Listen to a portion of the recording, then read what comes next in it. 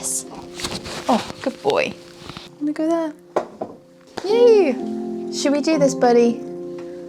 Yeah. Okay, it is a blustery day in October. We have a cat, I'm in all black, and Halloween's just around the corner. So what better time to tell you about the concept of the Wheel of the Year? The Wheel of the Year is something that I have personally been following for about 2 years now. So I'm still very early on in my journey of exploring this, but it's something that I have found really transformative in terms of exploring my own spirituality and in terms of feeling really connected with nature. This video is just going to be a really quick introduction to what is the Wheel of the Year, how is it practiced, and why is it interesting and why is it worth looking into.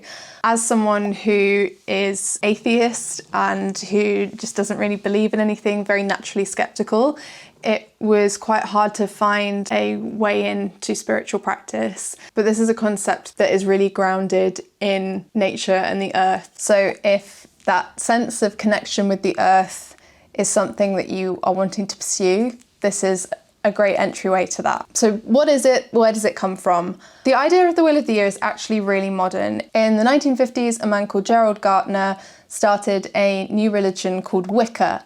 From the 1950s onwards, we have seen a rise in the popularity of ideas surrounding modern paganism and witchcraft. The idea with both Wicca and paganism is kind of to harken back to a time before Christianity in the British Isles.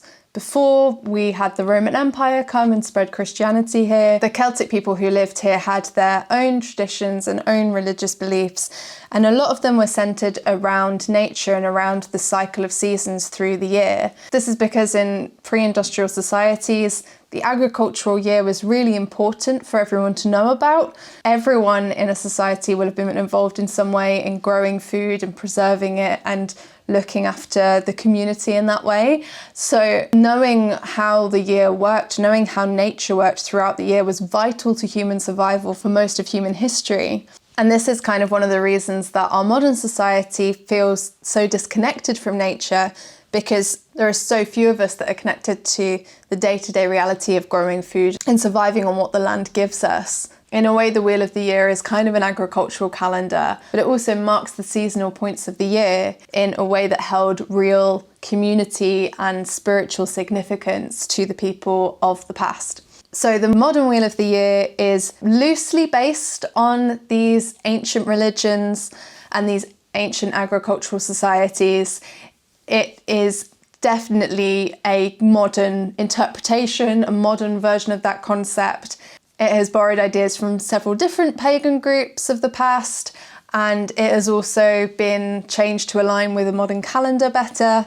But ultimately, it is about connecting to the seasonal year, and it is about celebrating different points in the seasonal year. And that is why I and so many others have found value in this calendar and in these festivals. So let's get into the festivals. There are 8 in the Wheel of the Year, and they are spread out throughout the year, about 6 weeks between each one. The placement of these festivals throughout the year is connected to the movement of the Earth around the sun. As I'm sure you remember from science class at school, the Earth is tilted on an axis.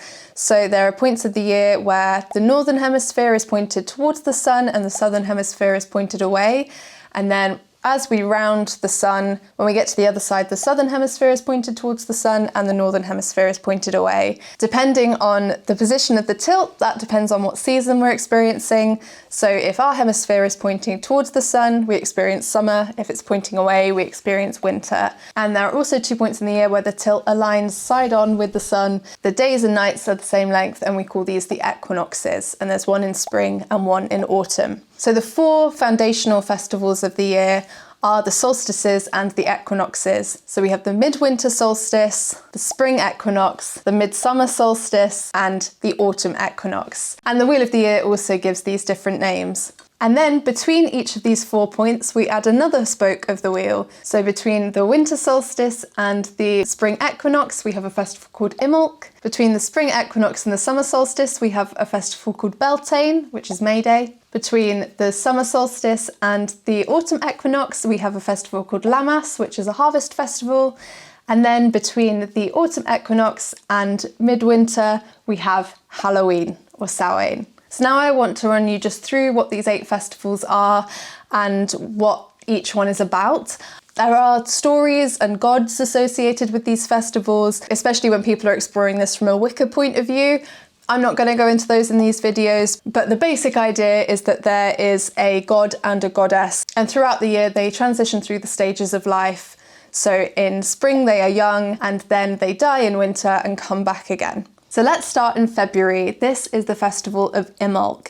Imbolc is when the first signs of spring are just starting to emerge. It's the 1st and 2nd of February. Maybe there are some snowdrops or early bulbs. In a couple of weeks after Imbolc, we're going to see the emergence of the first hibernating insects that are waking back up. And it is that first sign that we are going to live another year and that the world is going to come back and flourish and grow. We then move into the middle of spring. We move into the spring equinox.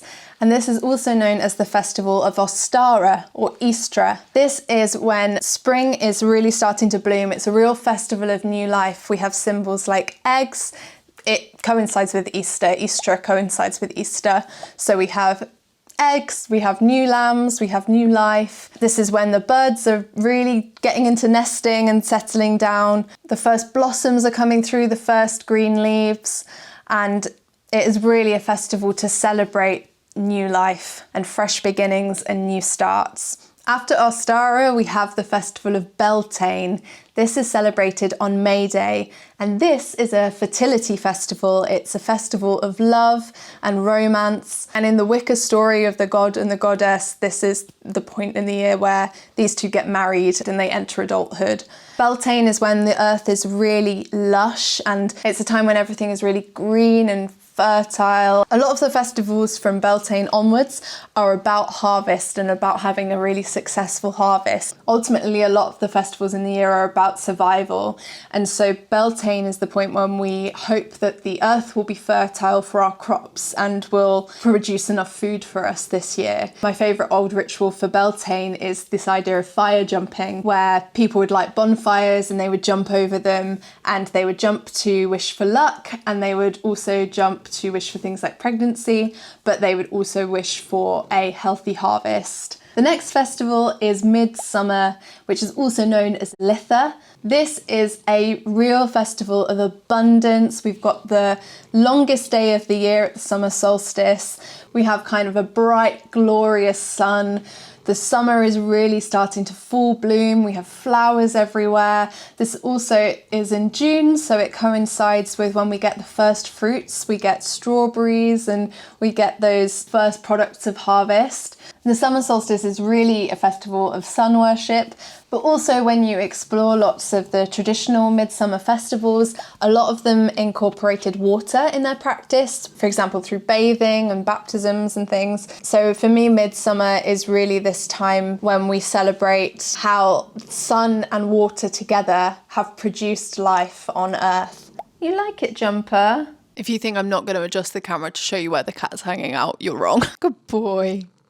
So after midsummer, we get into our harvest season. In the Wheel of the Year, there are 3 harvest festivals. And the first one is called lammas or loafmas. It's the harvest of the corn. It's the harvest of the first fruits. It's when we start to get things like apples and pears coming through.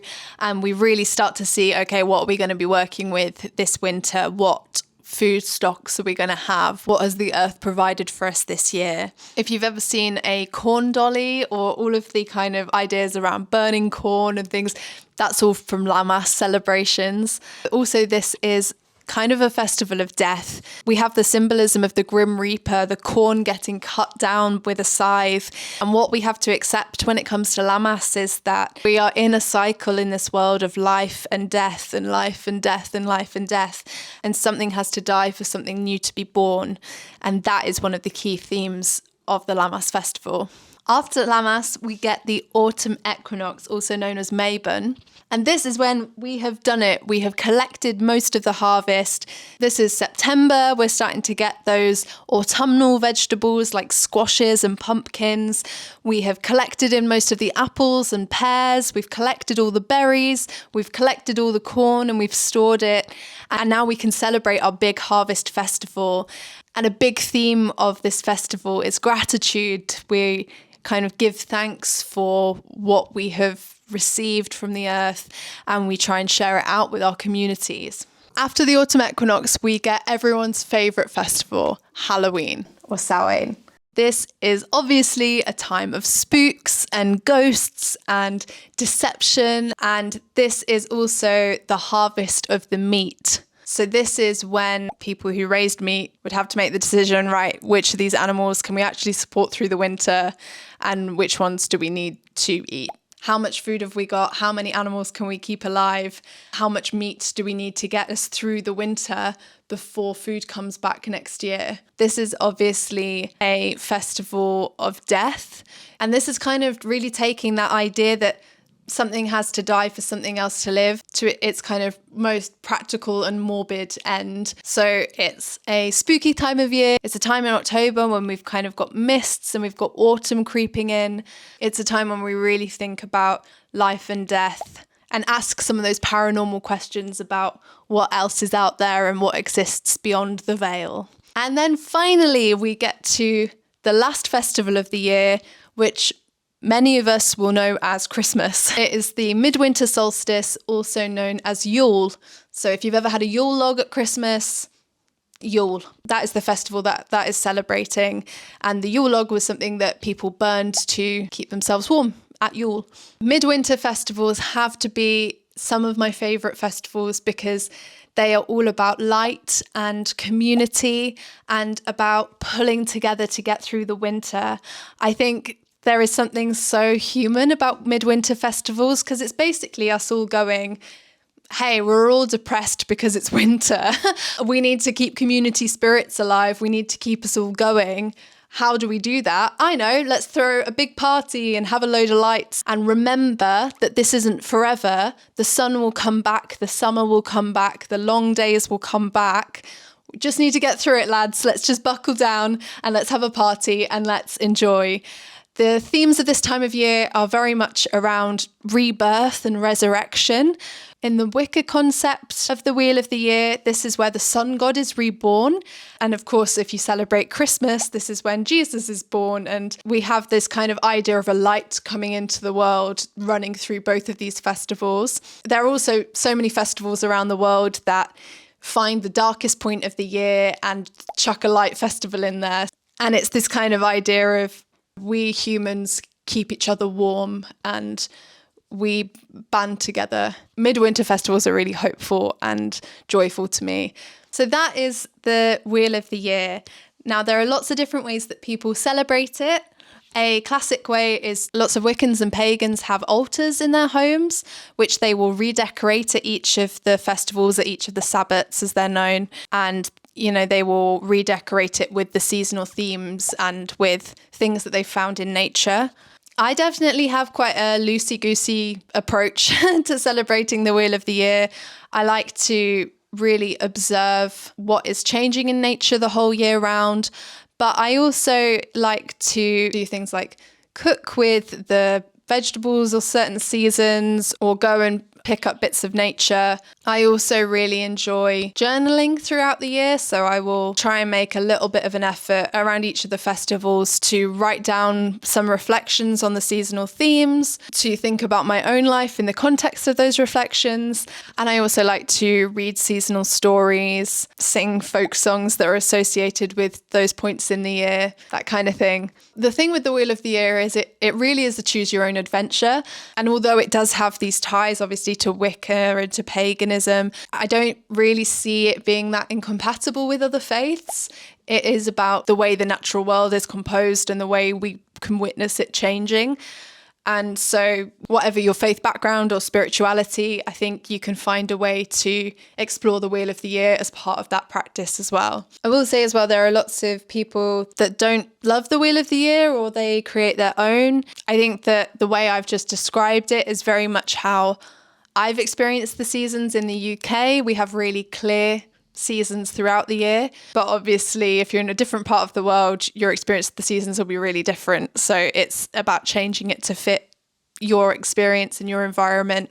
Ultimately, this is all about feeling really connected to the land you're on and connected to the place where you are. One thing I really like about the Wheel of the Year is that it's very scientific in its approach and very kind of practical and anthropological. You know, if you are someone who doesn't believe in anything, like I kind of don't, I don't believe in God or anything, you can really access the Wheel of the Year because it's about what you can see, it's about what you can experience, and it's about feeling connected to the earth you're on and the nature around you. And that's something that's been really beautiful in my life. So I hope that if that is one of your goals, to feel more connected to nature, the Wheel of the Year is something that can help you to access that. So thank you for watching my intro to the Wheel of the Year. The cat has decided to retreat to a safe distance where I can't stroke him. I'm not salty about it at all. I hope you found this informative. I have another video up on my channel at the moment, which is about exploring your spirituality if you are interested in doing that. And I hope to make more videos on these kind of topics in the future. So if there is anything you would like me to talk about, please let me know. And I hope to see you on another video. Okay, bye.